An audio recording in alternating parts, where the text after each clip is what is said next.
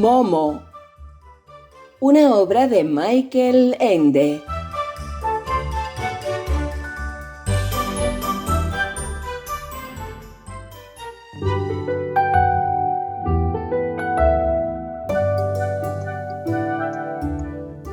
Momo es una niña con un don muy especial.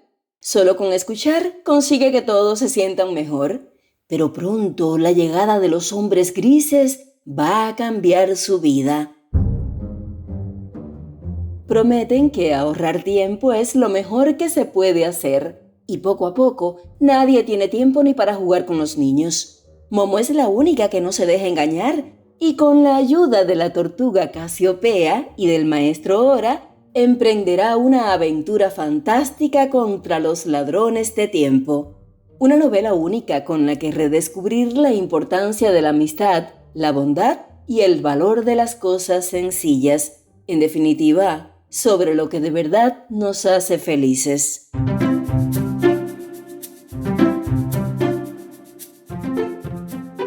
En la noche brilla tu luz. ¿De dónde? No lo sé. Tan cerca parece y tan lejos. ¿Cómo te llamas? No lo sé. Lo que quiera que seas, luce pequeña estrella. Según una vieja canción infantil de Irlanda.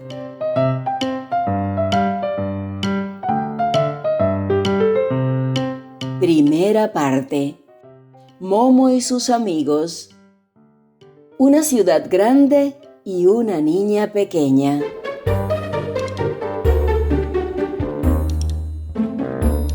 En los viejos tiempos, cuando los hombres hablaban todavía muchas otras lenguas, ya había en los países ciudades grandes y suntuosas. Se alzaban allí los palacios de reyes y emperadores. Había en ellas calles anchas, calles estrechas y callejuelas intrincadas. Magníficos templos con estatuas de oro y mármol dedicadas a los dioses. Había mercados multicolores donde se ofrecían mercaderías de todos los países y plazas amplias donde la gente se reunía para comentar las novedades y hacer o escuchar discursos. Sobre todo, había allí grandes teatros. Tenían el aspecto de nuestros circos actuales, solo que estaban hechos totalmente de sillares de piedra.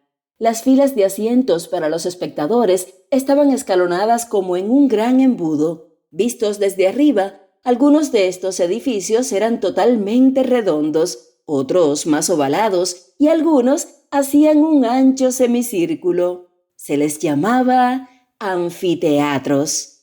Había algunos que eran tan grandes como un campo de fútbol y otros más pequeños, en los que solo cabían unos cientos de espectadores. Algunos eran muy suntuosos, adornados con columnas y estatuas, y otros eran sencillos, sin decoración. Esos anfiteatros no tenían tejado. Todo se hacía al aire libre. Por eso, en los teatros suntuosos se tendían sobre las filas de asientos tapices bordados de oro para proteger al público del ardor del sol o de un chaparrón repentino. En los teatros más humildes cumplían la misma función cañizos de mimbre o paja. En una palabra, los teatros eran tal como la gente se los podía permitir, pero todos querían tener uno, porque eran oyentes y mirones apasionados. Y cuando escuchaban los acontecimientos conmovedores o cómicos que se representaban en la escena, les parecía que la vida representada era, de modo misterioso, más real que su vida cotidiana, y les gustaba contemplar esa otra realidad. Han pasado milenios desde entonces. Las grandes ciudades de aquel tiempo han decaído, los templos y palacios se han derrumbado, el viento y la lluvia, el frío y el calor han limado y excavado las piedras. De los grandes teatros no quedan más que ruinas. En los agrietados muros, las cigarras cantan su monótona canción y es como si la tierra respirara en sueños. Pero algunas de esas viejas y grandes ciudades siguen siendo, en la actualidad, grandes. Claro que la vida en ellas es diferente. La gente va en coche o tranvía. tiene teléfono y electricidad, pero por aquí o por allí, entre los edificios nuevos, quedan todavía un par de columnas, una puerta, un trozo de muralla o incluso un anfiteatro de aquellos lejanos días. En una de esas ciudades transcurrió la historia de Momo. Fuera, en el extremo sur de esa gran ciudad, allí donde comienzan los primeros campos y las chozas y chambolas son cada vez más miserables, quedan, ocultas en un pinar, las ruinas de un pequeño anfiteatro.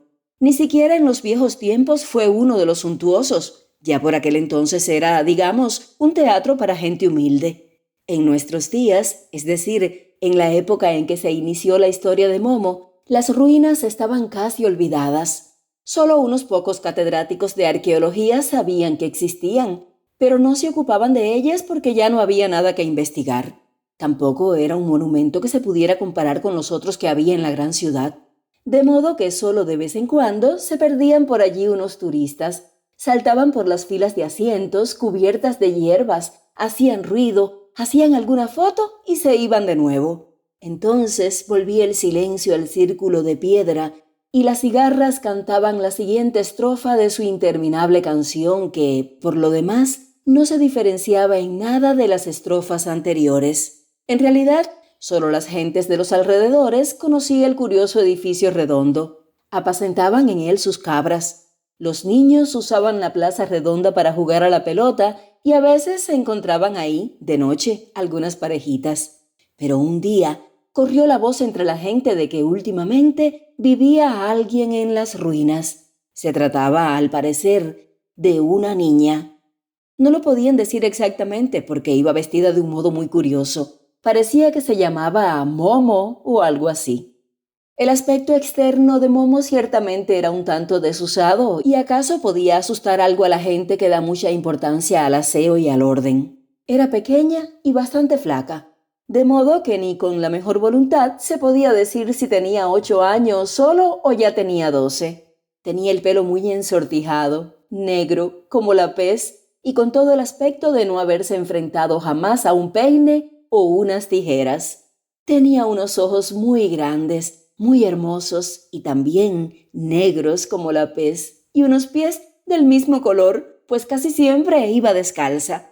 Solo en invierno llevaba zapatos de vez en cuando, pero solían ser diferentes, descabalados, y además le quedaban demasiado grandes. Eso era porque Momo no poseía nada más que lo que encontraba por ahí o lo que le regalaban.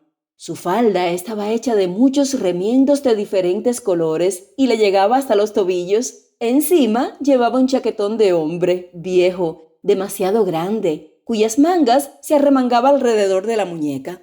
Momo no quería cortarlas porque recordaba previsoramente que todavía tenía que crecer. Y quién sabe si alguna vez volvería a encontrar un chaquetón tan grande, tan práctico y con tantos bolsillos. Debajo del escenario de las ruinas, cubierto de hierba, había unas cámaras medio derruidas, a las que se podía llegar por un agujero en la pared. Allí se había instalado Momo como en su casa. Una tarde llegaron unos cuantos hombres y mujeres de los alrededores que trataron de interrogarla. Momo los miraba asustada porque temía que la echaran, pero pronto se dio cuenta de que eran gente amable. Ellos también eran pobres y conocían la vida. «Y bien», dijo uno de los hombres. «parece que te gusta esto». Sí, contestó Momo. «¿Y quieres quedarte aquí?» sí puedo. «Pero no te espera nadie». No, «Quiero decir, no tienes que volver a casa». esta es mi casa. «¿De dónde vienes, pequeña?» Momo hizo con la mano un movimiento indefinido, señalando algún lugar cualquiera a lo lejos. «¿Y quiénes son tus padres?» siguió preguntando el hombre. La niña lo miró perpleja, también a los demás, y se encogió un poco de hombros. La gente se miró y suspiró. «No tengas miedo», siguió el hombre. «No queremos echarte, queremos ayudarte». Momo asintió muda, no del todo convencida. «Dices que te llamas Momo, ¿no es así?» Sí, «Es un nombre muy bonito, pero no lo he oído nunca. ¿Quién te ha llamado así?» yo. dijo Momo.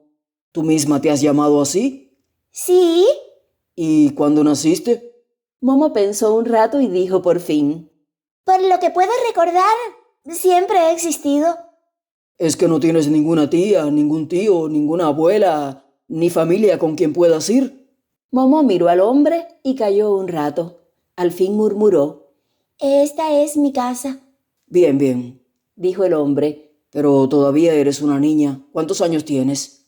¿Es 100? Dijo Momo como dudosa. La gente se rió, pues lo consideraba un chiste. Bueno, en serio, ¿cuántos años tienes? 102. Contestó Momo un poco más dudosa todavía. La gente tardó un poco en darse cuenta de que la niña solo conocía un par de números que había oído por ahí, pero que no significaban nada, porque nadie le había enseñado a contar. Escucha, Dijo el hombre después de haber consultado con los demás. ¿te parece bien que le digamos a la policía que estás aquí? Entonces te llevarían a un hospicio donde tendrías comida y una cama y donde podrías aprender a contar y a leer y a escribir y muchas cosas más. ¿Qué te parece, No, Murmuró. no quiero ir allí. Ya estuve allí una vez. También había otros niños. Había rejas en las ventanas. Había azotes cada día y muy injustos. Entonces, de noche, escalé la pared y me fui. No quiero volver allí. Lo entiendo. Dijo un hombre viejo y asintió. Y los demás también lo entendían y asintieron. Está bien, Dijo una mujer. pero todavía eres muy pequeña. Alguien ha de cuidar de ti. ¿Yo? Contestó Momo aliviada. ¿Ya sabes hacerlo? Preguntó la mujer. Momo calló un rato y dijo en voz baja. No necesito mucho. La gente volvió a intercambiar miradas, a suspirar y a asentir. ¿Sabes, Momo? Volvió a tomar la palabra el hombre que había hablado primero. Creemos que quizás podrías quedarte con alguno de nosotros. Es verdad que todos tenemos poco sitio y la mayor parte ya tenemos un montón de niños que alimentar, pero por eso creemos que uno más no importa. ¿Qué te parece eso, Gracias. Dijo Momo y sonrió por primera vez. Muchas gracias. Pero, ¿por qué no me dejáis vivir aquí? La gente estuvo discutiendo mucho rato y al final estuvo de acuerdo, porque aquí, pensaban, Momo podría vivir igual de bien que con cualquiera de ellos, y todos juntos cuidarían de ella, porque de todos modos sería mucho más fácil hacerlo todos juntos que uno solo.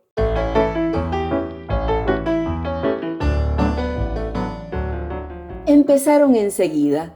Limpiaron y arreglaron la cámara medio derruida en la que vivía Momo todo lo bien que pudieron. Uno de ellos, que era albañil, construyó incluso un pequeño hogar. También encontraron un tubo de chimenea oxidado. Un viejo carpintero construyó una vieja cama de hierro fuera de uso con adornos de madera, un colchón que solo estaba un poco roto y 2 mantas. La cueva de piedra debajo del escenario se había convertido en una acogedora habitación. El albañil, que tenía aptitudes artísticas, pintó un bonito cuadro de flores en la pared. Incluso pintó el marco y el clavo del que colgaba el cuadro. Entonces vinieron los niños y los mayores y trajeron la comida que les sobraba. Uno un pedacito de queso, el otro un pedazo de pan, el tercero un poco de fruta, y así los demás. Y como eran muchos niños, se reunió esa noche en el anfiteatro un nutrido grupo e hicieron una pequeña fiesta en honor de la instalación de Momo. Fue una fiesta muy divertida, como solo sabe celebrarlas la gente modesta. Así comenzó la amistad entre la pequeña Momo y la gente de los alrededores.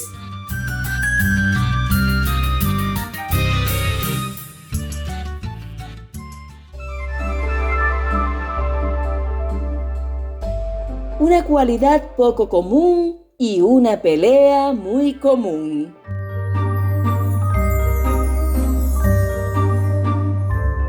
Desde entonces, Momo vivió muy bien. Por lo menos eso le parecía a ella. Siempre tenía algo que comer, unas veces más, otras veces menos, según fuesen las cosas y según la gente pudiera prescindir de ellas. Tenía un techo sobre su cabeza, tenía una cama, y cuando tenía frío podía encender el fuego. Y lo más importante, tenía muchos y buenos amigos. Se podía pensar que Momo había tenido mucha suerte al haber encontrado gente tan amable, y la propia Momo lo pensaba así, pero también la gente se dio pronto cuenta de que había tenido mucha suerte. Necesitaban a Momo y se preguntaban cómo habían podido pasar sin ella antes. Y cuanto más tiempo se quedaba con ellos la niña, tanto más imprescindible se hacía. Tan imprescindible que todos temían que algún día pudiera marcharse. A eso se debe que Momo tuviera muchas visitas. Casi siempre se veía a alguien sentado con ella, que le hablaba solícitamente, y el que la necesitaba y no podía ir, la mandaba a buscar. Y a quien todavía no se había dado cuenta de que la necesitaba, le decían los demás: «Vete con Momo». Estas palabras se convirtieron en una frase hecha entre la gente de las cercanías, igual que se dice «buena suerte» o «que aproveche» o «y qué sé yo». Se decía en todas clases de ocasiones: «Vete con Momo». Pero, ¿por qué?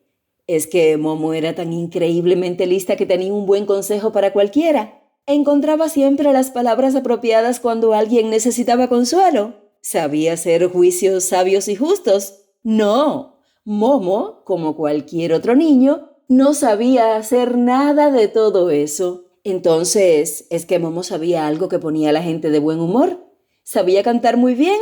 ¿O sabía tocar un instrumento? ¿O es que, ya que vivía en una especie de circo, sabía bailar o hacer acrobacias?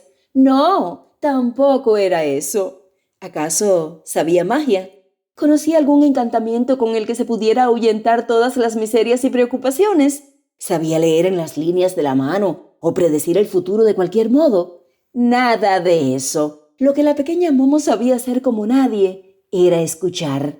Eso no era nada especial, dirá quizás algún lector. Cualquiera sabe escuchar, pues eso es un error. Muy pocas personas saben escuchar de verdad, y la manera en que sabía escuchar Momo era única.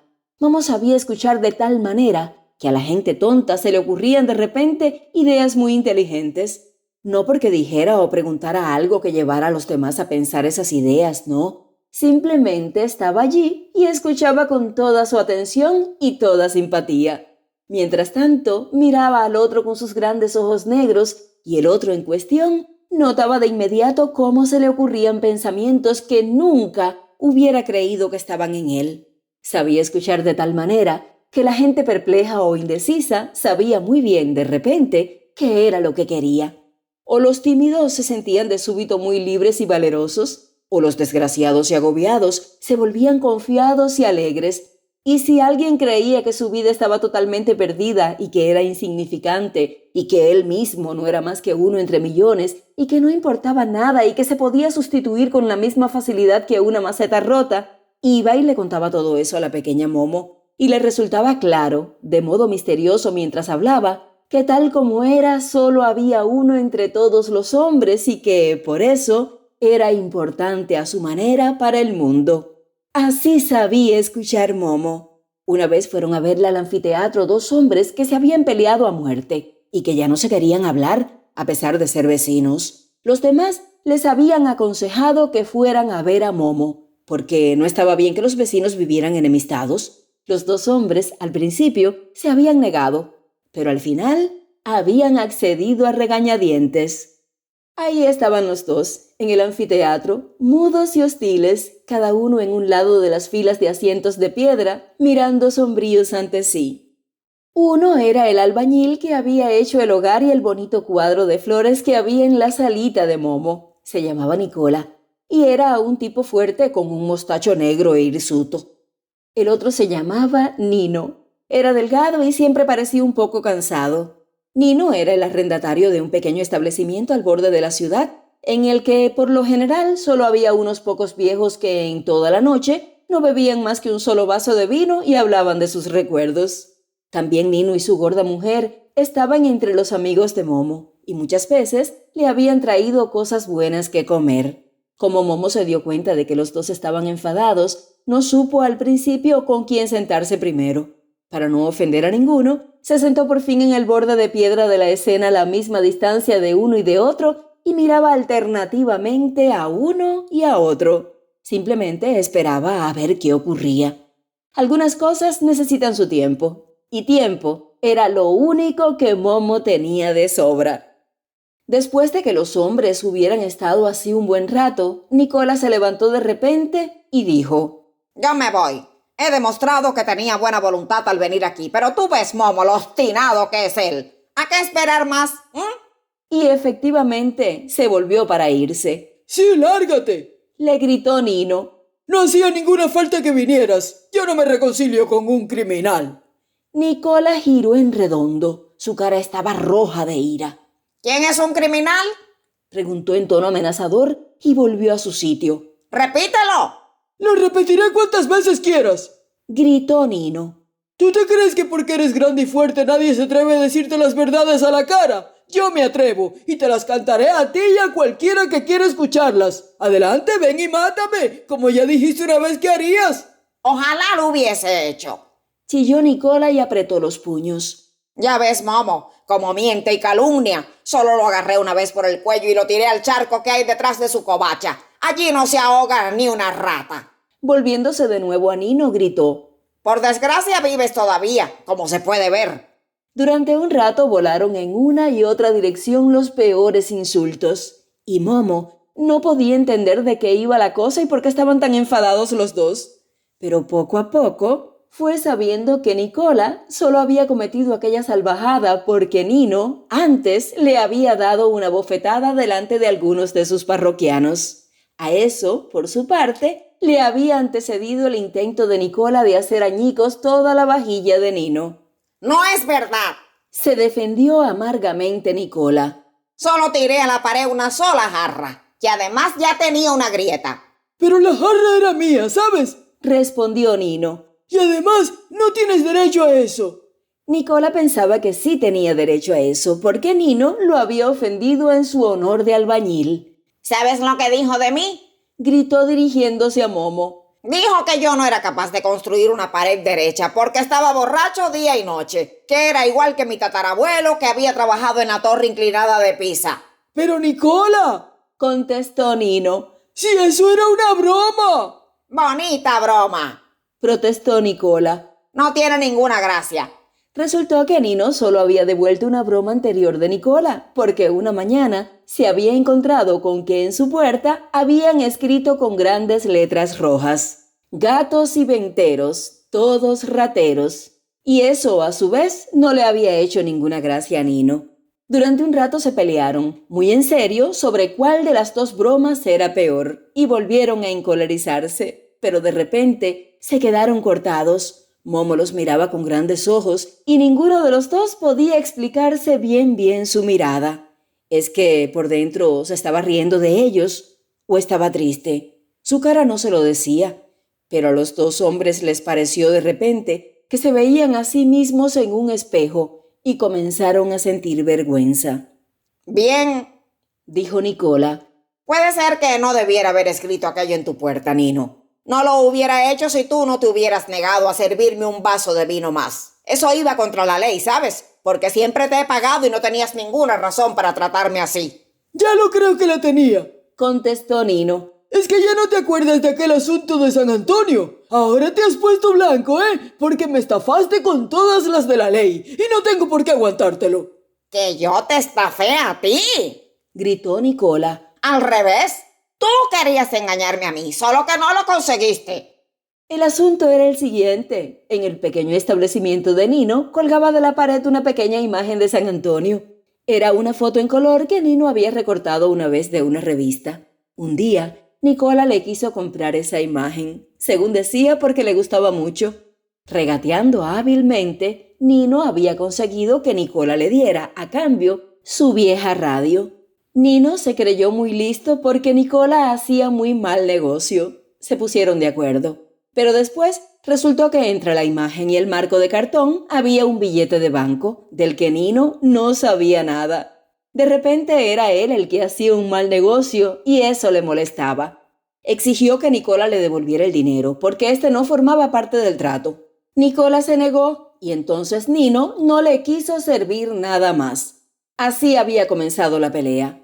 Cuando los dos llegaron al principio del asunto que los había enemistado, callaron un rato. Entonces preguntó Nino. Dime ahora con toda honradez, Nicola, ¿ya sabías de ese dinero antes del cambio, o no? Claro que sí. Si no, no hubiera hecho el cambio. Entonces estarás de acuerdo en que me has estafado. ¿Por qué? ¿En serio que tú no sabías nada de ese dinero? No, palabra de honor. ¿Lo ves? Eras tú quien querías estafarme a mí. Porque ¿cómo podías pedirme mi radio a cambio de un trozo de papel de periódico? ¿Y cómo te enteraste tú de lo del dinero? 2 noches antes había visto cómo un cliente lo metía allí como ofrenda a San Antonio. Nino se mordió los labios. Era mucho. Ni más ni menos que lo que valía mi radio. Contestó Nicola. Entonces toda nuestra pelea Dijo Nino pensativamente. solamente es por el San Antonio que recorté de una revista. Nicola se rascó la cabeza. En realidad sí. Si quieres te lo devuelvo, Nino. ¿Qué va? Contestó Nino con mucha dignidad. Lo que se da no se quita. Un apretón de manos vale entre caballeros. Y de repente ambos se echaron a reír. Bajaron los escalones de piedra. Se encontraron en medio de la plazoleta central. Se abrazaron dándose palmadas en la espalda. Después ambos abrazaron a Momo y le dijeron: Muchas gracias. Cuando al cabo de un rato se fueron, Momo siguió diciéndoles adiós con la mano durante mucho rato. Estaba muy contenta de que sus amigos volvieran a estar de buenas. Otra vez, un chico le trajo su canario, que no quería cantar. Eso era una tarea mucho más difícil para Momo. Tuvo que estarse escuchándolo toda una semana hasta que por fin volvió a cantar y silbar. Momo escuchaba a todos, a perros y gatos, a grillos y ranas, incluso a la lluvia y el viento en los árboles. Todos le hablaban en su propia lengua.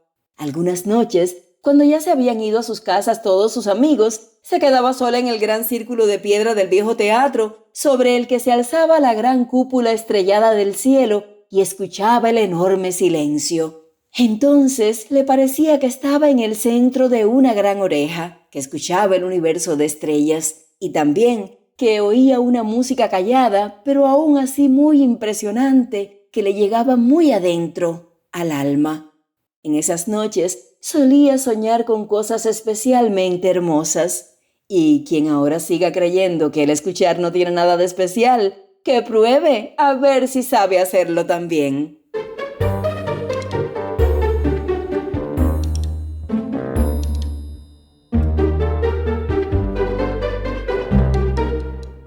Una tempestad de juego y una tormenta de verdad.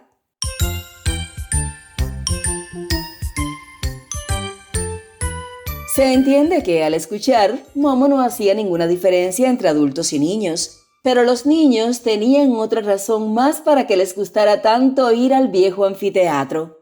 Desde que Momo estaba allí, sabían jugar como nunca habían jugado. No les quedaba ni un solo momento para aburrirse. Y eso no se debía a que Momo hiciera buenas sugerencias, ¿no? Momo simplemente estaba allí y participaba en el juego. Y por eso, no se sabe cómo, los propios niños tenían las mejores ideas.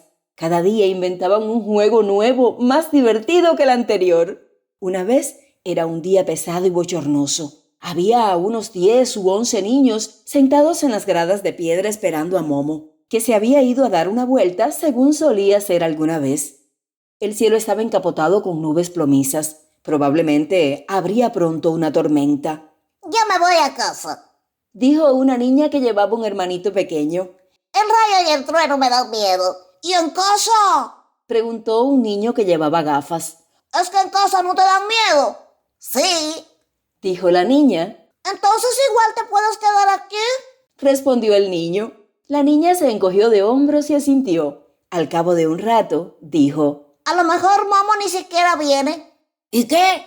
Se mezcló en la conversación un chico con aspecto un tanto descuidado. ¿Aún así podemos jugar a cualquier cosa sin Momo?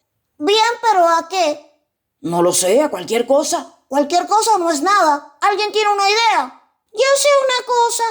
Dijo un chico con una aguda voz de niña. Podríamos jugar a que las ruinas son un gran barco y navegamos por mares desconocidos y vivimos aventuras. Yo soy el capitán, tú eres el primer oficial y tú un investigador porque es un viaje de exploración, ¿sabéis? Y los demás sois marineros. ¿Y nosotros las niñas qué somos? Vosotras sois marineras. Se trata de un barco del futuro. Eso era un buen plan. Intentaron jugar, pero no conseguían ponerse de acuerdo y el juego no funcionaba. Al rato, todos volvían a estar sentados en las gradas y esperaban. Entonces llegó Momo. La espuma saltaba furiosa cuando la proa cortaba el agua. El buque oceanográfico Argo cabeceaba majestuosamente en el oleaje mientras avanzaba tranquilamente a toda máquina por el mar del Coral del Sur.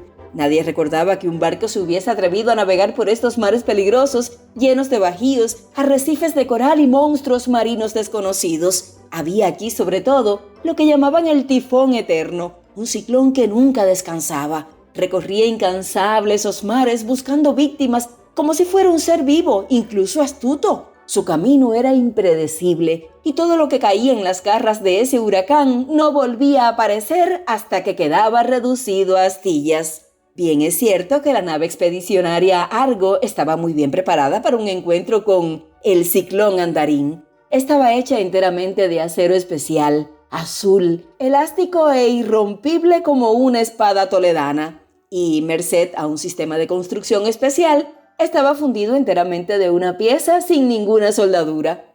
Aún así, es difícil que otro capitán y otra tripulación hubieran tenido el valor de exponerse a estos peligros. Pero el capitán Gordon tenía mucho valor. Desde el puente de mando miraba orgulloso a sus marineros y marineras, todos ellos grandes especialistas en sus respectivos campos. Al lado del capitán estaba su primer oficial, Don Melú, un lobo de mar de los que quedan pocos. Había sobrevivido a 127 huracanes. Un poco más allá, en la toldilla, se podía ver al profesor Cuadrado, director científico de la expedición, con sus dos auxiliares, Mora y Sara, que, merced a su prodigiosa memoria, suplían bibliotecas enteras.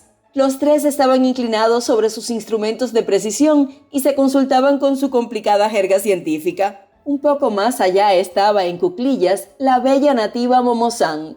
De vez en cuando el profesor le preguntaba acerca de algún detalle de esos mares y ella le respondía en su hermoso dialecto hula que solo el profesor entendía. El objetivo de la expedición era hallar las causas del ciclón andarín y, de ser posible, eliminarlo para que esos mares volvieran a ser navegables para los demás barcos. Pero de momento todo seguía tranquilo y no había indicio de tempestad. De repente, un grito del vigía arrancó al capitán de sus pensamientos. ¡Capitán! Gritó desde la cofa haciendo bocina con las manos. Si no estoy loco, veo ahí delante una isla de cristal. Y el capitán y Don Melú miraron inmediatamente a través de sus catalejos. También el profesor Cuadrado y sus auxiliares se acercaron interesados. Solo la bella nativa se quedó tranquilamente sentada. Las misteriosas costumbres de su pueblo le prohibían mostrar curiosidad. Pronto llegaron a la isla de cristal. El profesor bajó del barco por una escala de cuerda y pisó el suelo transparente. Este era enormemente resbaladizo y al profesor Cuadrado le costaba mucho mantenerse en pie. La isla era totalmente redonda y tenía un diámetro de unos 20 metros. Hacia el centro se levantaba como una cúpula. Cuando el profesor hubo alcanzado el lugar más alto, pudo distinguir claramente una luz titilante en su interior. Comunicó sus observaciones a los demás, que esperaban atentos, apoyados en la borda. Según eso, dijo el auxiliar Mora, debe de tratarse de una cestapuntia briscatrecia. Puede ser, dijo la auxiliar Sara. Pero también puede ser un códulo leporífero. El profesor Cuadrado se enderezó, se ajustó las gafas y gritó hacia el puente. En mi opinión, tenemos que vernoslas con una variedad del Commodus intersicus común. Pero no podremos estar seguros hasta no haberlo visto por debajo. Al instante se echaron al agua 3 de las marineras que eran, además, submarinistas de fama mundial y que, mientras tanto, ya se habían vestido con sus trajes de inmersión. Durante un rato no se vieron en la superficie del mar más que montones de burbujas, pero de repente sacó la cabeza del agua una de las niñas, de nombre Sandra, que gritó con voz entrecortada. ¡Es una medusa gigante! Las otras dos submarinistas están atrapadas entre los tentáculos y no pueden soltarse. Tenemos que ayudarlas antes de que sea demasiado tarde. Dicho esto, volvió a sumergirse. Inmediatamente se lanzaron al agua 100 expertos hombres rana a las órdenes del Capitán Blanco, conocido por el apodo de el delfín. Bajo el agua comenzó un combate increíble y el mar se cubrió de espuma, pero ni siquiera esos valerosos marineros consiguieron librar a las dos chicas de los terribles tentáculos. La fuerza de la gigantesca medusa era demasiado grande.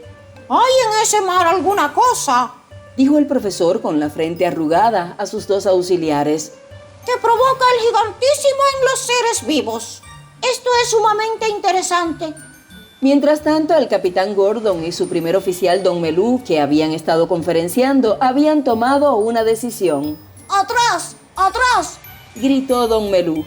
¡Todo el mundo a bordo! ¡Partiremos al monstruo en dos! Si no, no podremos librar a las dos marineras. El delfín y sus hombres volvieron a subir a bordo. El Argo retrocedió un poco y se lanzó después con toda su potencia avante hacia la medusa gigante. La proa del buque era aguda como una cucharilla de afeitar. Cortó la medusa en dos mitades sin que a bordo se notara apenas un pequeño temblor. La maniobra no carecía de peligro para las dos submarinistas presas entre los tentáculos, pero el primer oficial había calculado su posición con la mayor exactitud y pasó por medio de las dos. Al instante, los tentáculos del monstruo perdieron toda su fuerza y las dos prisioneras pudieron librarse de ellos. Fueron recibidas jubilosamente a bordo. El profesor Cuadrado se acercó a las dos muchachas y les dijo: Ha sido culpa mía. No debería haberos enviado. Perdonadme por haberos puesto en peligro. No hay nada que perdonar, profesor. respondió una de las chicas con una risa alegre. Al fin y al cabo, nos hemos embarcado para eso. A lo que la otra chica añadió: El peligro es nuestra profesión. Ya no quedaba tiempo para más palabras. Durante los trabajos de rescate, el capitán y la tripulación se habían olvidado de observar el mar. De modo que solo ahora, en el último instante, se dieron cuenta de que por el horizonte había aparecido el ciclón andarín, que se dirigía a toda velocidad hacia el Argo. Llegó al barco una primera ola, impresionante. Lo alzó en su cresta y lo lanzó por una cima acuosa de 50 metros de profundidad por lo menos. De haberse tratado de una tripulación menos experta y valerosa que la del Argo, en este primer embate la mitad habría sido arrastrada por la borda, mientras que la otra mitad se habría desmayado. Pero el capitán Gordon estaba bien plantado sobre el puente de mando, como si no hubiera pasado nada, y toda la tripulación había aguantado del mismo modo. Solo la hermosa indígena Momozán, no acostumbrada a los peligros del mar, se había refugiado en un bote salvavidas. En pocos segundos se oscureció todo el cielo. El torbellino se lanzó, ululante, sobre el barco, al que hacía saltar sobre las olas como un corcho. Su furia parecía crecer de minuto en minuto por no poder romperlo. El capitán daba sus órdenes con voz sosegada y su primer oficial las repetía en voz alta. Incluso el profesor Cuadrado y sus auxiliares seguían junto a sus instrumentos. Calculaban dónde debía estar el centro del tifón, pues hacia allí tenía que ir el barco. El capitán Gordon admiraba en silencio la sangre fría de los científicos que, al fin y al cabo, no conocían el mar como él y sus hombres. El primer rayo cayó sobre el buque de acero, que quedó cargado eléctricamente. Hacia cualquier parte que se extendiera la mano saltaban chispas, pero todos, a bordo del Argo, se habían entrenado durante meses para ello. A nadie le importaba ya. Lo único malo era que las partes más delgadas del barco, cables de acero y barras de hierro, se ponían incandescentes como el filamento de una bombilla, y eso dificultaba un poco el trabajo de la tripulación, aunque todos llevaban guantes de amianto. Quiso la suerte que esa incandescencia se apagara pronto, porque comenzó a caer una lluvia tal como nadie de a bordo, a excepción de Don Melú, había visto jamás. Una lluvia tan espesa que pronto desplazó todo el aire respirable. La tripulación tuvo que ponerse gafas y escafandras de submarinista. Un relámpago sucedía a otro, un trueno a otro. La tempestad ululaba, se levantaban olas enormes y blanca espuma. El Argo, con los motores a toda máquina, avanzaba metro a metro contra la fuerza incontenible del tifón. Los maquinistas y fogoneros, en el vientre del barco, hacían esfuerzos sobrehumanos. Se habían atado con gruesas sogas para que los bruscos movimientos del barco no los lanzaran hacia las fauces abiertas de las calderas. Por fin llegaron al centro del tifón.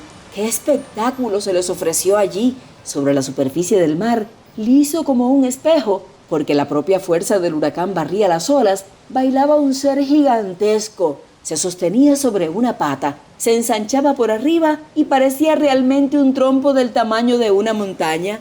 Daba vueltas con tal rapidez que no se podían distinguir los detalles. ¡Un zunzungo malasticún! Exclamó entusiasmado el profesor Cuadrado, mientras se sujetaba las gafas que la lluvia le hacía resbalar una y otra vez. ¿Puede explicarnos esto un poco más? Respondió don Melú. Son simples marinos y... No moleste ahora el profesor con sus observaciones. Le interrumpió la auxiliar Sara. Es una ocasión única. Esa especie de trompo animal procede probablemente de las primeras etapas de la evolución. Debe de tener más de 1.000 millones de años. Hoy no queda más que una variedad microscópica que a veces se encuentra en la salsa de tomate y excepcionalmente en la tinta verde. Un ejemplar de ese tamaño es seguramente el único superviviente de su especie. Pero nosotros estamos aquí Gritó a través del ulular del viento el capitán. para eliminar las causas del tifón eterno. Así que el profesor ha de decirnos cómo se puede hacer parar esta cosa. No lo sé. Dijo el profesor. La ciencia no ha tenido todavía ninguna ocasión de investigarlo. Está bien. Dijo el capitán. Primero lo dispararemos y ya veremos qué pasa. Es una pena. Se quejó el profesor. Disparar sobre el único ejemplar de Zunzungo malasticum. Pero el cañón contra ficción ya apuntaba al trompo gigantesco. ¡Fuego! Ordenó el capitán. De la boca del cañón salió una llamarada azul de 1 kilómetro de longitud. No se oyó nada porque, como todo el mundo sabe, el cañón contra ficción dispara proteínas. El proyectil luminoso voló hacia el Zunzún, pero cayó bajo el efecto del trompo. Se desvió, dio varias vueltas al monstruo y fue arrastrado hacia lo alto, donde desapareció entre las negras nubes. ¡Es inútil! Gritó el capitán Gordon. ¡Tenemos que acercarnos más! Es imposible acercarnos más. Respondió don Melú. Las máquinas trabajan a toda potencia y lo único que logramos es que la tempestad no nos empuje más lejos. ¿Tiene alguna idea, profesor? Preguntó el capitán. Pero el profesor se encogió de hombros, al igual que sus auxiliares, que tampoco sabían qué aconsejar. Parecía que la expedición había fracasado. En ese momento, alguien tiró de la manga del profesor. Era la bella indígena. Malumba. Dijo con gesto elegante. Malumba ositu sono. Ervini samba y saltu. Lolovindra. Gramuna hay beni sadudao. ¿Babalú? Preguntó sorprendido el profesor. Didi maja fei no si intugoy ni doy ni malumba. La bella indígena asintió repetidamente y contestó. Dado un aufu salumat bafada. Oí. Respondió el profesor mientras se acariciaba pensativamente el mentón. ¿Qué es lo que dice? Quiso saber el primer oficial. Dice Explicó el profesor. que en su pueblo hay una canción antiquísima con la que se puede hacer dormir al ciclón andarín, si es que alguien se atreve a cantarla. ¡Qué ridículo! Refunfuñó don Melú. Una nana para un tifón. ¿Qué opina usted, profesor? Preguntó la auxiliar Sara. ¿Es posible una cosa así? No hay que tener prejuicios. Dijo el profesor. Muchas veces hay un fondo de verdad en las tradiciones de los indígenas. Quizás haya unas vibraciones sonoras determinadas que tienen alguna influencia sobre el Zunzungo Lamasticún. No sabemos nada acerca de sus condiciones de vida. No puede perjudicarnos. Decidió el capitán. Tenemos que probarlo. Dígale que cante. El profesor se dirigió a la bella indígena y dijo. Malumba didio Izafal, una, padafú. Momozán asintió y comenzó a entonar una cantinela muy peculiar que se componía de unas pocas notas que se repetían cada vez. Eni, meni, alubeni, guanata y susurateni. Se acompañaba con palmadas y saltaba al compás. Eni, alubeni, guanata y surateni. La sencilla melodía y la letra eran fáciles de recordar. Poco a poco, otros fueron haciéndole coro, de modo que pronto toda la tripulación cantaba, batía palmas y saltaba al compás siguiendo el ritmo. Eni, meni, alubeni, guanata y susurateni. Eni, meni, alubeni, guanata y susurateni. Era un espectáculo bastante sorprendente ver cantar y bailar como niños al viejo lobo de mar Don Melú y al profesor Cuadrado. Y sucedió lo que nadie había creído. El trompo gigantesco empezó a dar vueltas más y más lentamente. Se paró finalmente y comenzó a hundirse. Con el ruido de un trueno se cerraron las olas tras él. La tempestad acabó de repente. El cielo se volvió transparente y azul y las olas del mar se calmaron. El Argo se mecía plácidamente sobre las tranquilas aguas como si jamás hubiera existido una tormenta. ¡Hombres!, dijo el capitán Gordon mientras los miraba a la cara uno a uno. ¡lo hemos conseguido! Nunca hablaba mucho, todos lo sabían. Por eso pesaba tanto más el que ahora añadiera. Estoy orgulloso de vosotros. Creo Dijo la chica que llevaba a su hermanito. que ha llovido de verdad. Ya por lo menos estoy calada. Es verdad que, mientras tanto, había descargado la tormenta, y sobre todo la niña con su hermanito se sorprendía de que había olvidado tener miedo al rayo y al trueno, mientras había estado en el barco de acero. Siguieron hablando durante un rato sobre la aventura, y se explicaban detalles, los unos a los otros, que cada uno había visto y vivido para sí. Entonces se separaron para ir a casa y secarse. Solo había uno que no estaba del todo satisfecho con el curso del juego, el niño de las gafas. Al despedirse, le dijo a Momo: En el fondo es una lástima que hayamos hundido el Zunzúngolo masticún, el único ejemplar de su especie. Me hubiera gustado poder estudiarlo un poco más de cerca. Pero en un punto estaban todos de acuerdo. En ningún otro lado se podía jugar como con Momo.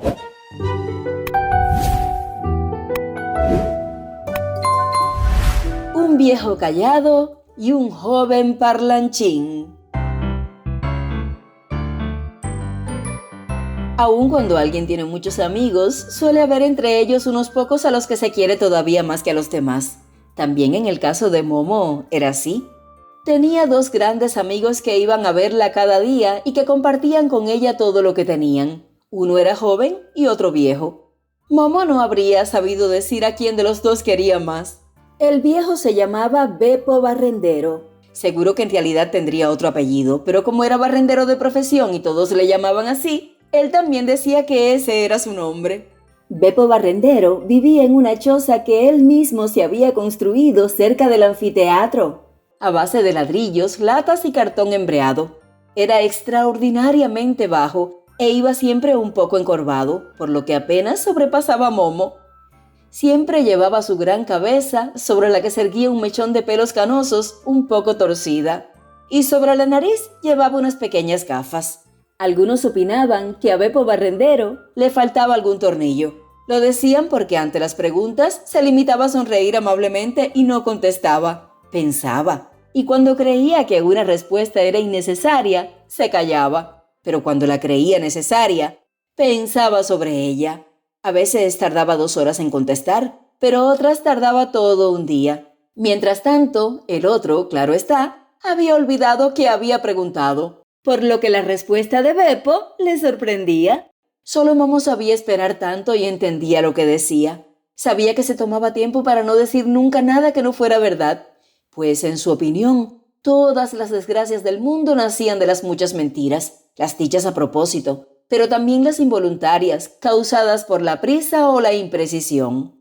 Cada mañana iba, antes del amanecer, en su vieja y chirriante bicicleta hacia el centro de la ciudad a un gran edificio. Allí esperaba con sus compañeros, en un patio, hasta que le daban una escoba y le señalaban una calle que tenía que barrer.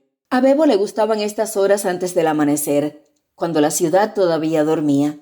Le gustaba su trabajo y lo hacía bien. Sabía que era un trabajo muy necesario. Cuando barría las calles, lo hacía despaciosamente, pero con constancia. A cada paso una inspiración y a cada inspiración una barrida. Paso, inspiración, barrida. Paso, inspiración, barrida. Paso, inspiración, barrida. Paso, inspiración, barrida. De vez en cuando se paraba un momento y miraba pensativamente ante sí. Después proseguía. Paso, inspiración, barrida. Mientras se iba moviendo, con la calle sucia ante sí y la limpia detrás, se le ocurrían pensamientos. Pero eran pensamientos sin palabras, pensamientos tan difíciles de comunicar como un olor del que uno a duras penas se acuerda, o como un color que se ha soñado. Después del trabajo, cuando se sentaba con Momo, le explicaba sus pensamientos, y como ella le escuchaba a su modo tan peculiar, su lengua se soltaba y hallaba las palabras adecuadas. ¿Ves, Momo? Le decía, por ejemplo, las cosas son así. A veces tienes ante ti una calle larguísima. Te parece tan terriblemente larga que nunca crees que podrás acabarla. Miró un rato en silencio a su alrededor. Entonces siguió. Y entonces te empiezas a dar prisa, cada vez más prisa. Cada vez que levantas la vista, ves que la calle no se hace más corta. Y te esfuerzas más todavía. Empiezas a tener miedo. Al final estás sin aliento y la calle sigue estando por delante. Así no se debe hacer. Pensó durante un rato. Entonces siguió hablando. Nunca se ha de pensar en toda la calle de una vez, ¿entiendes? Solo hay que pensar en el paso siguiente, en la inspiración siguiente, en la siguiente barrida.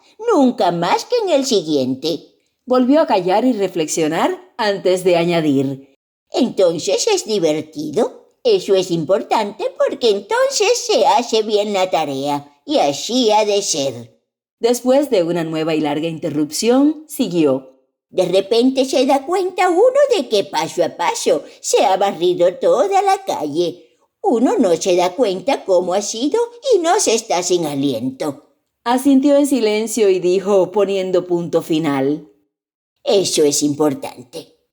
Otra vez se sentó al lado de Momo, callado, y ella vio que estaba pensando y que quería decir algo muy especial. De repente, él la miró a los ojos y le dijo, no se he reconocido. Pasó mucho rato antes de que continuara con voz baja. Eso ocurre a veces, al mediodía, cuando todo duerme en el calor. El mundo se vuelve transparente. Como un río, ¿entiendes? Se puede ver el fondo. Asintió y calló un rato para decir en voz más baja. Allí hay otros tiempos, allí en el fondo. Volvió a pensar un buen rato buscando las palabras adecuadas, pero pareció no encontrarlas, pues de repente dijo con voz totalmente normal. Hoy estuve barriendo junto a las viejas murallas. Hay allí 5 sillares de otro color. Así, ¿entiendes? Y con el dedo dibujó una gran T en el suelo. La miró con la cabeza torcida y de repente murmuró. Las he reconocido, las piedras. Después de otra interrupción, siguió a empellones. Esos eran otros tiempos, cuando se construyó la muralla. Trabajaron muchos en ella, pero había 2 entre ellos que colocaron esos sillares. Era una señal, ¿comprendes? La he reconocido. Se pasó las manos por los ojos. Parecía costarle un gran esfuerzo lo que intentaba decir, porque al seguir hablando, las palabras salían con esfuerzo. Tenían otro aspecto. Esos 2, en aquel entonces. Y en ese momento dijo en tono definitivo y casi colérico. Pero no se ha reconocido. A ti y a mí. No se ha reconocido.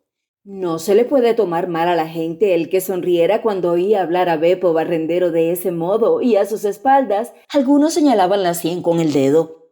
Pero Momo lo quería y guardaba todas sus palabras en el corazón. El otro amigo de Momo era joven y en todos los aspectos lo más opuesto a Beppo Barrendero. Era un guapo muchacho de ojos soñadores, pero una lengua increíble. Siempre estaba repleto de bromas y chistes y sabía reír con tal ligereza que había que reír con él, se quisiera o no. Se llamaba Girolamo, pero todos lo llamaban Gigi. Como al viejo Beppo lo hemos llamado según su profesión, haremos lo mismo con Gigi, aunque no tenía ninguna profesión precisa. Lo vamos a llamar pues Gigi Cicerone. Pero ya queda dicho que la de Cicerone solo era una de las muchas profesiones que ejercía según la ocasión, y no lo era ni mucho menos de modo oficial. El único requisito que tenía para ejercer esa actividad era una gorra de plato. Se la ponía en cuanto veía aparecer de tarde en tarde algún grupo de viajeros que se había perdido por ese barrio. Se acercaba a ellos con la cara seria y se ofrecía a guiarlos y explicarles todo. Si los forasteros estaban de acuerdo, se disparaba y les contaba los cuentos de Calleja. Punteaba su relato de acontecimientos, nombres y fechas inventados, de tal manera que los pobres oyentes quedaban totalmente confusos. Algunos se daban cuenta y se marchaban enfadados. Pero la mayoría se lo creía y se lo retribuían cuando Gigi pasaba la gorra al final.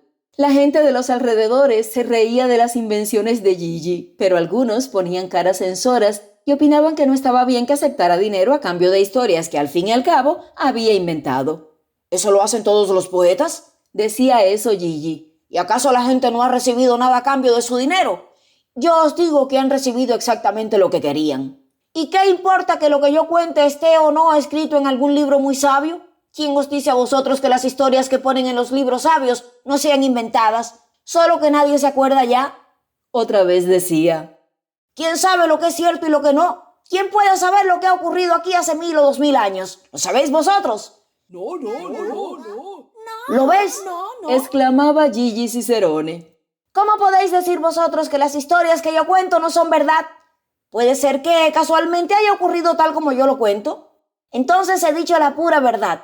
A eso era difícil oponer nada. Sí, en lo que se refiere a locuacidad, Gigi fácilmente podía con todos ellos. Lamentablemente venían muy pocos forasteros que quisieran ver el anfiteatro, por lo que Gigi tenía que practicar otras profesiones. Según la ocasión, era guarda en un aparcamiento, testigo de boda, paseador de perros, cartero de amor, participante en un funeral, traficante de recuerdos y muchas otras cosas más. Pero Gigi soñaba con volverse rico y famoso. Viviría en una casa de fábula, rodeada de un parque. Comería en platos dorados y dormiría sobre almohadas de seda. Y se veía a sí mismo en el esplendor de la fama como un sol, cuyos rayos ya lo calentaban ahora en su miseria. ¡Lo conseguiré!, exclamaba cuando los otros se reían de sus sueños. Todos acordaréis de mis palabras. Pero ni él mismo hubiera podido decir cómo pensaba alcanzar la fama, porque no le atraían demasiado el esfuerzo y el trabajo. Eso no tiene mérito, le decía Momo. Así se puede hacer rico cualquiera. Míralos, lo que parecen los que han vendido la vida y el alma por un poco de bienestar. No, a eso no juego yo. Y aunque muchas veces no tenga dinero ni siquiera para pagar una taza de café, Gigi seguirá siendo Gigi. Se pensaría que era totalmente imposible que dos personas de ideas tan diferentes acerca del mundo y la vida, como Gigi Cicerone y Beppo Barrendero, se hicieran amigos. Sin embargo, así era. Da la casualidad que el único que nunca censuraba a Gigi su ligereza era el viejo Beppo. Y por la misma casualidad era precisamente el locuaz Gigi el único que nunca se reía del sorprendente y viejo Beppo. Probablemente fuera a causa del modo en que Momo los escuchaba a ambos. Ninguno de los tres intuía que pronto caería una sombra sobre su amistad, y no solo sobre su amistad, sino sobre toda la región. Una sombra que crecía y crecía, y que ahora mismo, oscura y fría, se extendía ya sobre la gran ciudad. Se trataba de una conquista callada e insensible, que avanzaba día a día, y contra la que nadie se resistía, porque nadie conseguía darse cuenta de ella, y los conquistadores, ¿quiénes eran? Ni siquiera el viejo Beppo se daba cuenta de tantas cosas que los demás no veían. Observaba a los hombres grises que recorrían incansables la ciudad y parecían estar siempre preocupados. Y eso que no eran invisibles. Se les veía y no se les veía. De algún misterioso modo eran capaces de pasar desapercibidos, de manera que no se les observaba o se volvía a olvidar enseguida su aspecto. Así podían operar en la clandestinidad precisamente porque no se ocultaban. Y como nadie reparaba en ellos, nadie les preguntaba de dónde habían salido y de dónde salían, porque cada día eran más. Circulaban por las calles en elegantes coches grises, entraban en todas las casas, se sentaban en todos los restaurantes, muchas veces hacían anotaciones en sus agendas. Eran unos hombres vestidos con trajes de un color gris telaraña. Incluso sus caras parecían ser de ceniza gris. Llevaban bombines y fumaban pequeños puros grises. Cada uno llevaba siempre un maletín gris plomo. Tampoco Gigi Cicerone había notado que varias veces algunos de esos hombres grises habían estado cerca del anfiteatro y habían apuntado muchas cosas en sus agendas. Solo Momo había observado que una tarde habían aparecido sus oscuras siluetas por el borde superior del anfiteatro. Se habían hecho señas los unos a los otros y después se habían reunido a discutir. No se había oído nada, pero Momo, de repente, había sentido un frío muy especial, como no lo había notado nunca antes. No le sirvió de nada que se arrebujara más estrechamente en su gran chaquetón, porque no era un frío normal. Después, los hombres grises se habían ido de nuevo y no habían vuelto a aparecer. Esa noche, Momo no había podido oír, como otras veces, la música callada y poderosa. Pero al día siguiente, la vida había continuado como siempre, y Momo no volvió a pensar en los curiosos visitantes. También ella los había olvidado.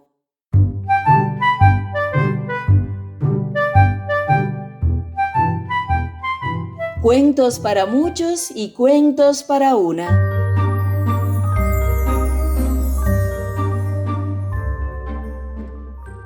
Poco a poco, Momo se había vuelto totalmente imprescindible para Gigi Cicerone.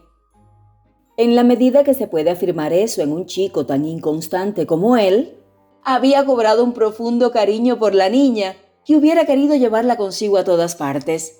El contar historias era, como ya sabemos, su pasión. Y precisamente en este punto se había operado un cambio en él. Antes, sus historias habían resultado de vez en cuando un tanto pobres. No se le ocurría nada interesante. Repetía algunas cosas o recurría a alguna película que había visto o a alguna noticia que había leído. Por decirlo así, sus historias habían ido a pie, pero desde que conocía a Momo le habían crecido alas.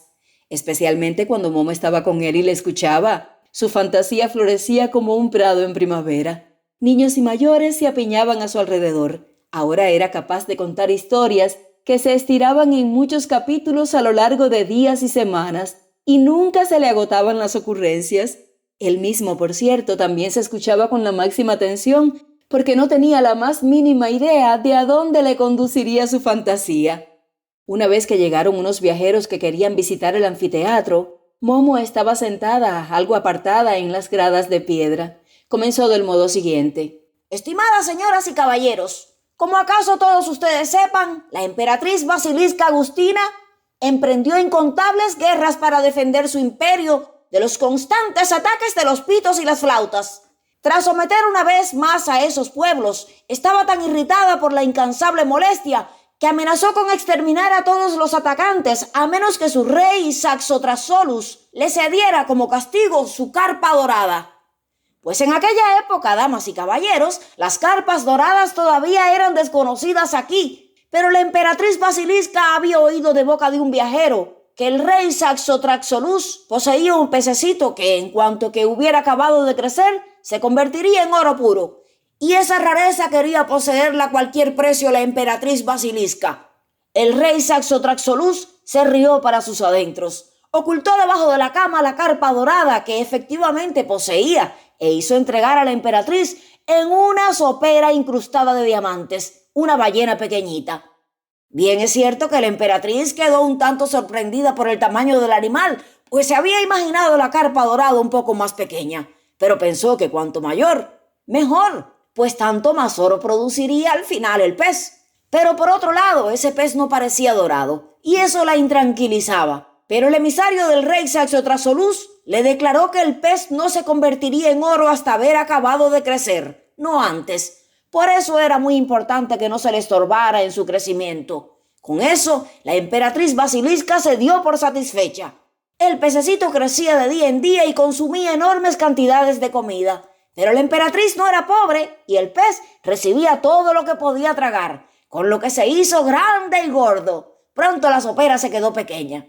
«Cuanto más mayor, mejor», dijo la emperatriz Basilisca, y lo hizo trasladar a su bañera. Pero al poco tiempo ya no cabía tampoco en la bañera. Crecía y crecía. Entonces fue trasladado a la piscina imperial. Eso ya era un transporte bastante complicado porque el pez ya pesaba tanto como un buey. Uno de los esclavos que tenía que arrastrarlo resbaló y la emperatriz lo mandó tirar a los leones porque el pez no era todo para ella. Todos los días se pasaba muchas horas sentada al borde de la piscina y lo veía crecer. No pensaba más que en el oro, pues he sabido que llevaba una vida muy espléndida y nunca tenía oro suficiente. «Cuanto mayor, mejor», murmuraba para sí. Esa frase se convirtió en el lema del imperio y se grabó en letras de oro en todos los edificios estatales. Pero hasta la piscina imperial resultó demasiado pequeña para el pez. Entonces, Basilisca mandó construir este edificio, cuyas ruinas, señoras y señores, tienen ante sí. Era un enorme acuario totalmente circular, lleno hasta el borde de agua, en el que el pez por fin podía estirarse a gusto.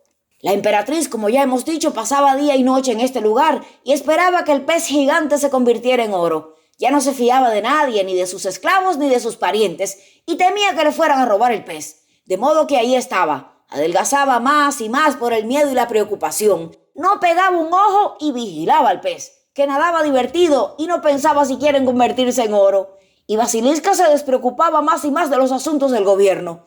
Eso precisamente habían esperado los pitos y flautas. Bajo la dirección de su rey Saxotrasolus, emprendieron una última campaña y conquistaron todo el imperio en un paseo militar. No se encontraron con ningún soldado y al pueblo tanto le daba quien lo gobernara. Cuando la emperatriz Basilisca se enteró, por fin, del asunto, pronunció las famosas palabras: ¡ay de mí! ¡Ojalá! El resto, por desgracia, no había llegado hasta nosotros. Lo que sí se sabe con certeza es que se lanzó a este acuario y se ahogó al lado del pez, tumba de todas sus esperanzas. Para celebrar la victoria, el rey Saxotraloxus mandó matar la ballena, de modo que todo el pueblo recibió durante 8 días filete de pescado asado. Así pueden ver, señoras y señores, a dónde conduce la credulidad. Visiblemente impresionados, miraban las ruinas con todo respeto. Solo uno de ellos desconfiaba un poco y preguntó: ¿Y cuándo dice que ocurrió todo eso? Gigi nunca dejaba una pregunta sin contestar y dijo: Como todo el mundo sabe, la emperatriz Basilisca fue contemporánea del filósofo Sínaca el Viejo. El desconfiado, claro está, no quería reconocer que no sabía cuándo había vivido el filósofo Sínaca el Viejo, por lo que solo dijo: Ah, muchas gracias.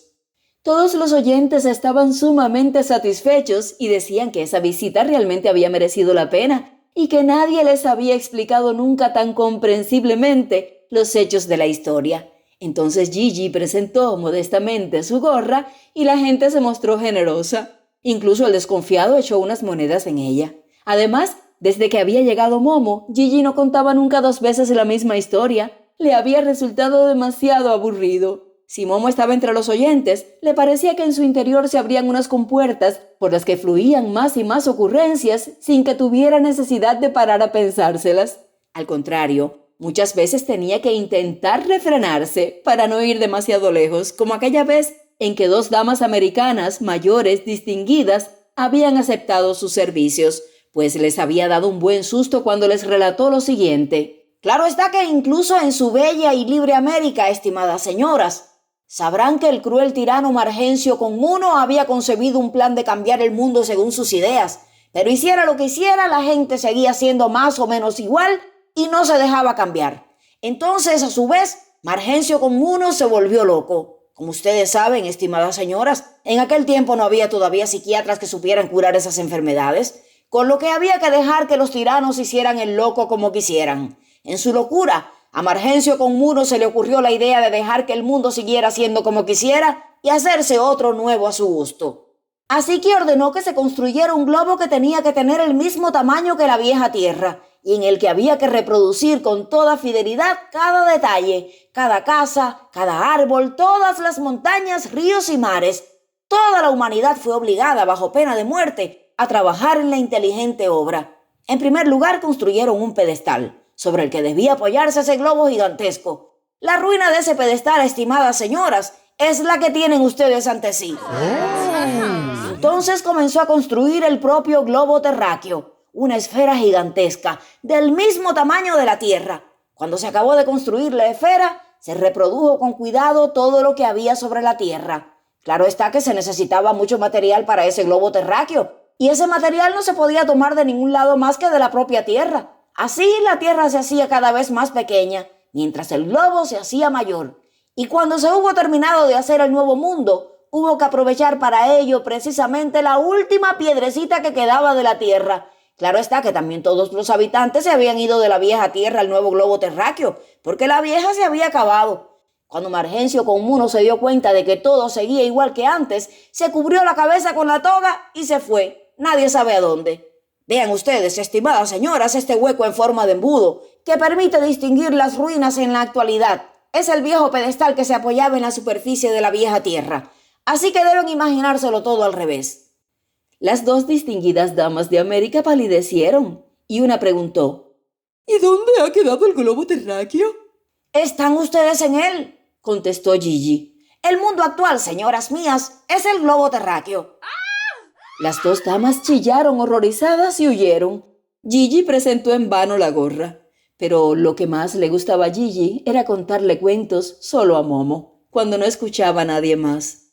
Casi siempre eran cuentos que trataban de los propios Gigi y Momo, y solo estaban destinados a ellos dos, y eran totalmente diferentes a los que Gigi contaba en otras ocasiones. Una noche hermosa y cálida, los dos estaban sentados callados en los escalones de piedra. En el cielo brillaban ya las primeras estrellas y la luna se perfilaba, grande y plateada, sobre las siluetas negras de los pinos. ¿Me cuentas un cuento? Pidió Momo. Está bien, dijo Gigi. ¿de quién? De Momo y Girolamo, si puede ser. Contestó Momo.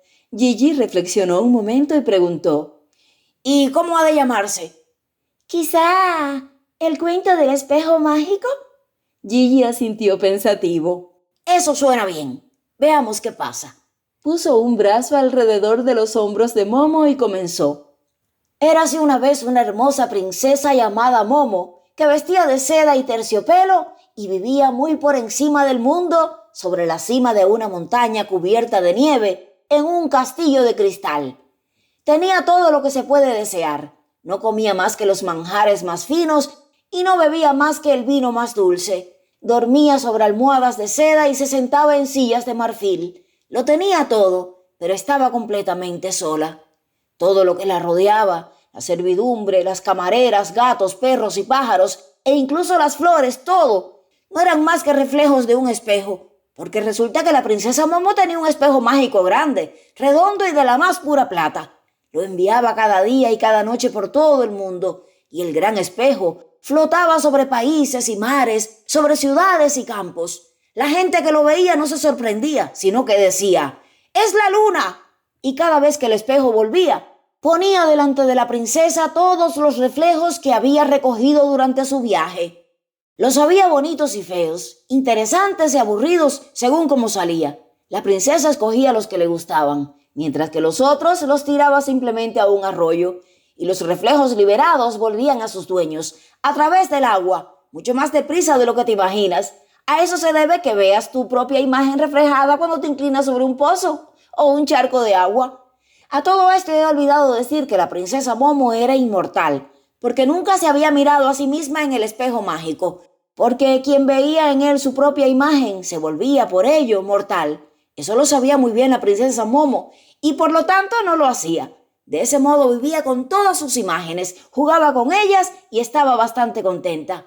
Pero un día el espejo mágico le trajo una imagen que le interesó más que todas las otras.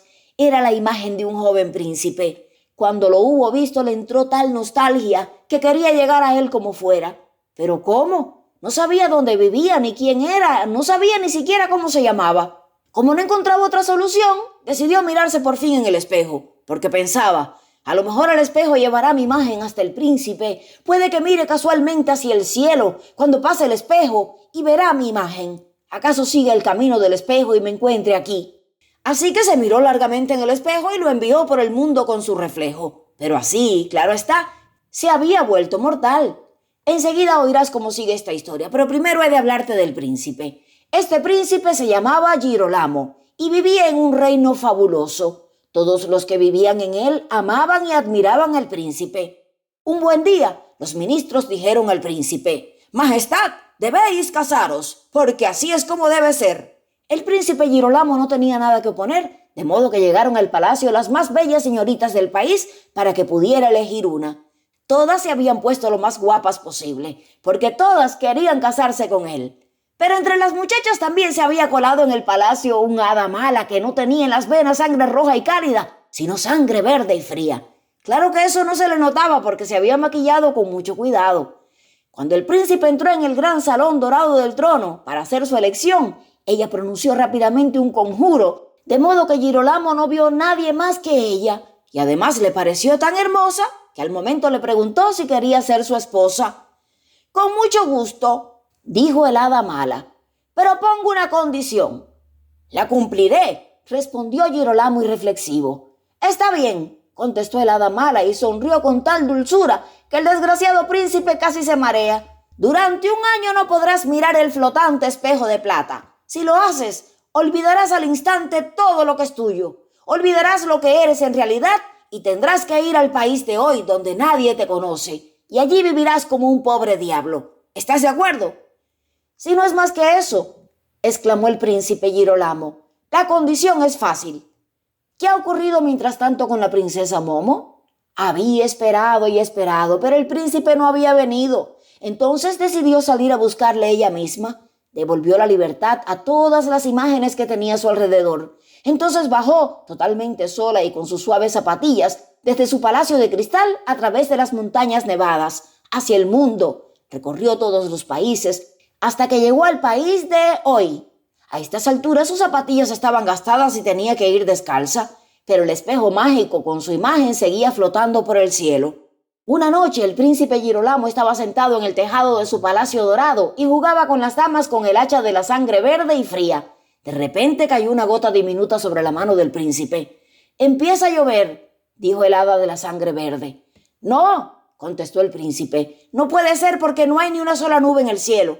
Y miró a lo alto, directamente al gran espejo mágico plateado que flotaba allí arriba. Entonces vio la imagen de la princesa Momo y observó que lloraba y que una de sus lágrimas le había caído sobre la mano. En el mismo momento se dio cuenta de que el hada le había engañado, que no era hermosa y que en sus venas solo tenía sangre verde y fría. Era la princesa Momo a la que amaba en verdad.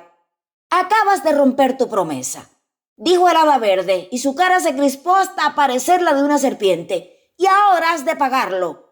Introdujo sus largos dedos verdes en el pecho de Girolamo, que se quedó sentado como paralizado, y le hizo un nudo en el corazón. En ese mismo instante olvidó que era el príncipe Girolamo. Salió de su palacio y de su reino como un ladrón furtivo. Caminó por todo el mundo hasta que llegó al país de hoy, donde vivió en adelante como un pobre inútil desconocido y se llamaba simplemente Gigi. Lo único que había llevado consigo era la imagen del espejo mágico, que desde entonces quedó vacío. Mientras tanto, los vestidos de seda y terciopelo de la princesa Momo se habían gastado. Ahora llevaba un chaquetón de hombre viejo demasiado grande y una falda de remiendos de todos los colores, y vivía en unas ruinas. Aquí se encuentran un buen día, pero la princesa Momo no reconoce al príncipe Girolamo, porque ahora es un pobre diablo. Tampoco Gigi reconoció a la princesa porque ya no tenía ningún aspecto de princesa, pero en la desgracia común los dos se hicieron amigos y se consolaban mutuamente. Una noche, cuando volvía a flotar en el cielo el espejo mágico que ahora estaba vacío, Gigi sacó del bolsillo la imagen y se la enseñó a Momo. Estaba ya muy arrugada y desvaída, pero aún así la princesa se dio cuenta enseguida de que se trataba de su propia imagen, y entonces también reconoció, bajo la máscara de pobre diablo, al príncipe Girolamo, al que siempre había buscado y por quien se había vuelto mortal, y se lo contó todo. Pero Gigi movió triste la cabeza y dijo: «No puedo entender nada de lo que dices porque tengo un nudo en el corazón y no puedo acordarme de nada». Entonces la princesa Momo metió la mano en su pecho y desató con toda facilidad el nudo que tenía en el corazón. Y de repente el príncipe Girolamo volvió a saber quién era. Tomó a la princesa de la mano y se fue con ella muy lejos, a su país. Una vez que Gigi hubo concluido, ambos callaron un ratito. Después Momo preguntó: ¿Y después han sido marido y mujer? «Creo que sí», dijo Gigi. «Más tarde». ¿Y han muerto mientras tanto? «No», dijo Gigi con decisión. «Eso lo sé exactamente. El espejo mágico solo hacía a alguien mortal cuando se miraba en él a solas. Pero si se miran dos, vuelven a ser inmortales. Y eso hicieron estos dos». La luna se veía grande y plateada sobre los pinos negros y hacía brillar misteriosamente las viejas piedras de las ruinas. Momo y Gigi estaban sentados en silencio el uno al lado del otro y se miraban largamente en ella. Sintieron con toda claridad que durante ese instante ambos eran inmortales.